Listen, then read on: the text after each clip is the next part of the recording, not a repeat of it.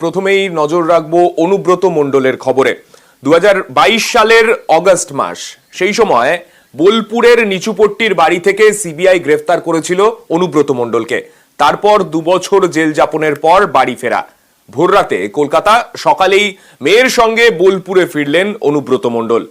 নিচুপট্টির সেই বাড়ি যেখান থেকে তাকে সিবিআই গ্রেফতার করেছিল, সেই বাড়ির সামনে হাত নেড়ে অনুগামীদের অভিবাদন জানিয়ে নিজের অফিসে চেনা ছবি সেই অনুব্রত মণ্ডলের।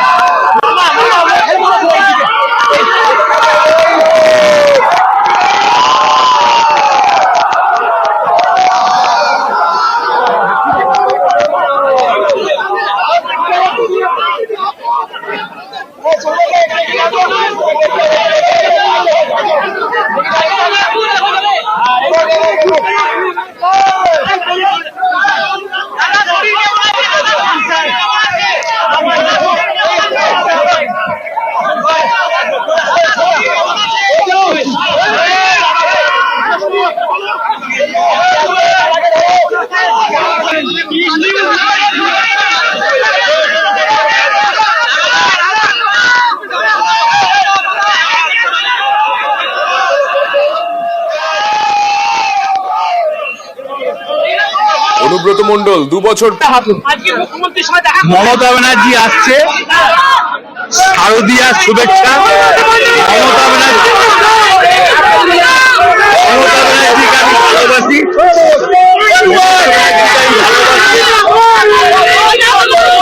দিদি যেমন আমাকে ভালোবাসে, মমতা ব্যানার্জিকে গোটা ওয়েস্ট বেঙ্গলের মানুষ ভালোবাসে, অল ইন্ডিয়ার মানুষ মমতা ব্যানার্জিকে। শরীর পায়ের অবস্থা হলে দিদির সঙ্গে। যার হাতে একসময় বীরভূমের রাজনীতি পুরোপুরি যাকে ঘিরে আবর্তিত হতো, সেই অনুব্রত মণ্ডল যখন বাড়ি ফিরলেন, বাড়ির বাইরে এত মানুষের ভিড়। তারপরে বাড়ি ঢোকার পরেই তাকে কিছুক্ষণ পরে বেরিয়ে আসতে হলো, এসে হাত নাড়লেন তার অনুগামীদের উদ্দেশ্যে। তারপর সেই চেনা ছবি অনুব্রত মণ্ডলের নিচুপট্টির বাড়ির নিচে যে অফিস, সেই অফিসে নিজের চেয়ারে স্বমহিমায় অনুব্রত মণ্ডল।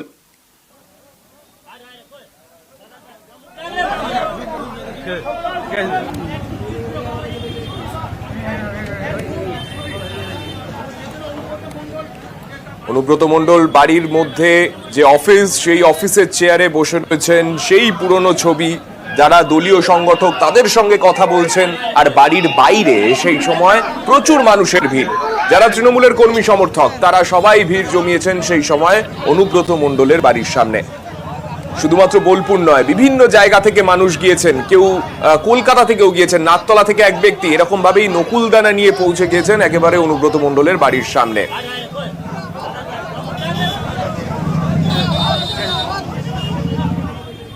এখানে এসছি দাদাকে দেখতে। অন্যায় ভাবে দাদাকে আটকে রাখা হয়েছিল। আমাদের মন্ত্রী ফিরাদ হাকিমের ভাষায় বলছি যে ভাগ যখন জেলে থাকে, বীরভূমের ভাগ যখন জেলে ছিল, এখানকার কিছু চুনোপুটি ক্যাকজিয়ার লাভালাভি করছিল। যেই ভাগ চলে এসছে, এখন আর তাদের দেখা পাওয়া যাবে না।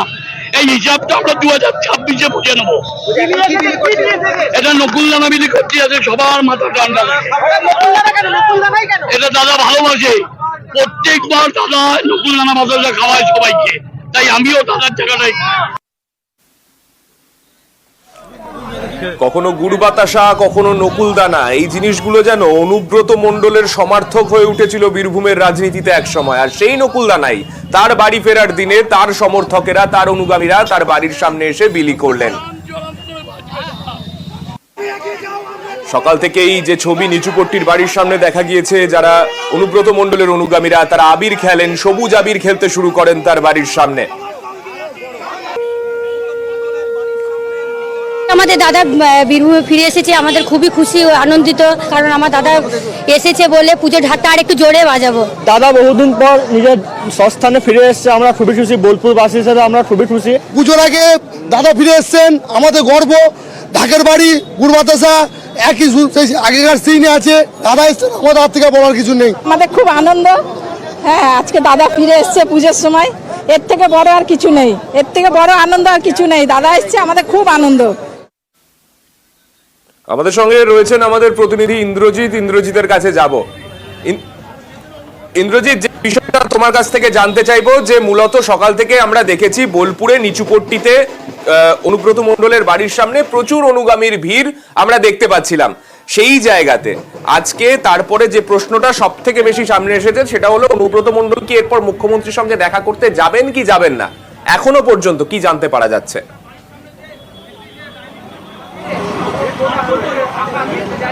দেখো, একদমই যেটা বলে রাখবো, মুখ্যমন্ত্রীর সঙ্গে দেখা করতে যাবেন কি যাবেন না এই বিষয়ে যখন অনুব্রত মণ্ডল বাড়ি ঢুকছেন, অর্থাৎ ঠিক এই গেটটা দিয়ে তিনি বাড়ি ঢুকছেন, তখন তাকে আমরা কিন্তু জিজ্ঞাসা করেছিলাম এবং তিনি কিন্তু সরাসরি জানিয়েছেন তার শরীর একটু খারাপ রয়েছে, পায়ে এবং কোমরে ব্যথা রয়েছে, যদি কম হয় তিনি কিন্তু দেখা করতে যাবেন। এবং বাড়ির সূত্র মারফত যেটা আমরা জানতে পারছি, অনুব্রত মণ্ডল কিন্তু আজকেই মমতা বন্দ্যোপাধ্যায়ের সঙ্গে দেখা করবেন, কারণ মমতা বন্দ্যোপাধ্যায় বীরভূমে রয়েছেন, প্রশাসনিক বৈঠক রয়েছে এবং প্রশাসনিক বৈঠকের শেষে তিনি আজকে রাত্রি যাপন করবেন কোথায় না, বীরভূমে যে বোলপুরে যে রাঙা বিতান গেস্ট হাউস রয়েছে সেই গেস্ট হাউসে, এবং সেখানেই অনুব্রত মণ্ডল যাবে এবং বিকেল 4টের পরে সম্ভবত তার দেখা করার কথা রয়েছে, এমনটাই আমরা সূত্র মারফত জানতে পারছি। এবং তিনি যাবেন এবং দেখা করবেন এবং মমতা বন্দ্যোপাধ্যায়ের সঙ্গে বেশ কিছু কথা আছে সেই বিষয়টাও বলবেন, এমনটাই কিন্তু সূত্র মারফত জানা যাচ্ছে। এর পাশাপাশি যেটা বলে রাখবো, অনুব্রত মণ্ডল যে বীরভূমে এলেন আর ঠিক সেই দিনকেই কিন্তু মুখ্যমন্ত্রী মমতা বন্দ্যোপাধ্যায় বীরভূমে প্রশাসনিক বৈঠক করছে। এটা নিয়েও কর্মী সমর্থকেরা, অর্থাৎ বীরভূমের তৃণমূলের কর্মী সমর্থকেরা একটা অন্য গন্ধ পাচ্ছে যে তাহলে মমতা বন্দ্যোপাধ্যায় যেভাবে অনুব্রত মণ্ডলের পাশে আগেও ছিলেন আজও আছেন, তাই কিন্তু তারা কর্মী সমর্থকরা এখনো পর্যন্ত অনুব্রত মণ্ডলের যে নিচুপটির বাড়ি সেখানে কিন্তু যথেষ্ট ভিড় রয়েছে, কর্মী সমর্থকেরা এখনো পর্যন্ত তার বাড়ির সামনে রয়েছে তাকে একবার দেখার জন্য। তা নেই বেশ, এইখানে আমরা যে ছবি দেখতে পেলাম সকাল থেকে উচ্ছ্বাসের ছবি অনুব্রত মণ্ডলের বাড়ির সামনে।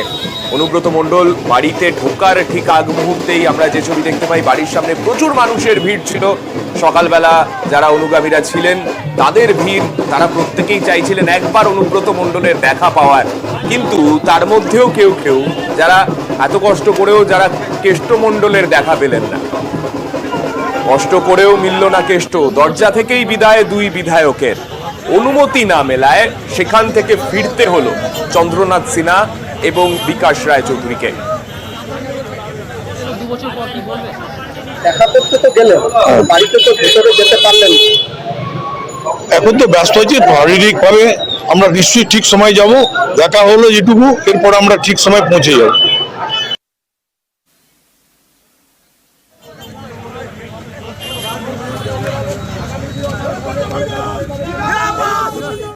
আর এই বিষয় নিয়ে জামিনে মুক্তি পেয়ে বোলপুরে অনুব্রত মণ্ডল ফিরলেন, তা নিয়ে এবার কটাক্ষ রাজ্যের বিরোধী দল বিজেপির।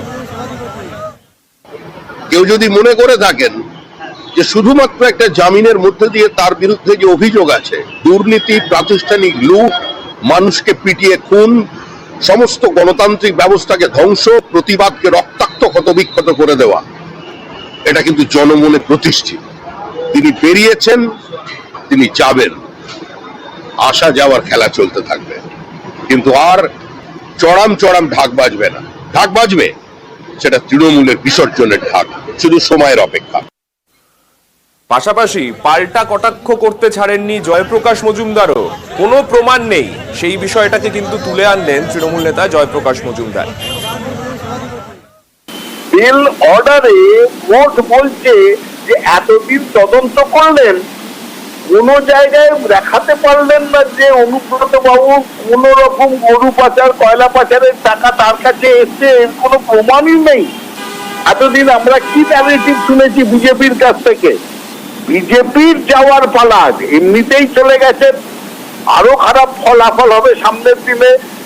বীরভূম দখল করব সেই স্বপ্ন পূর্ণ হয়নি, এরপরে দেখবেন আর মানুষ ওই বিজেপির তৈরি করা অ্যালিগেশন, অভিযোগ, ইডি সিবিআই কে ব্যবহার করা নিজের দলের হয়ে, এই সব মানুষ আর সহ্য করবে না।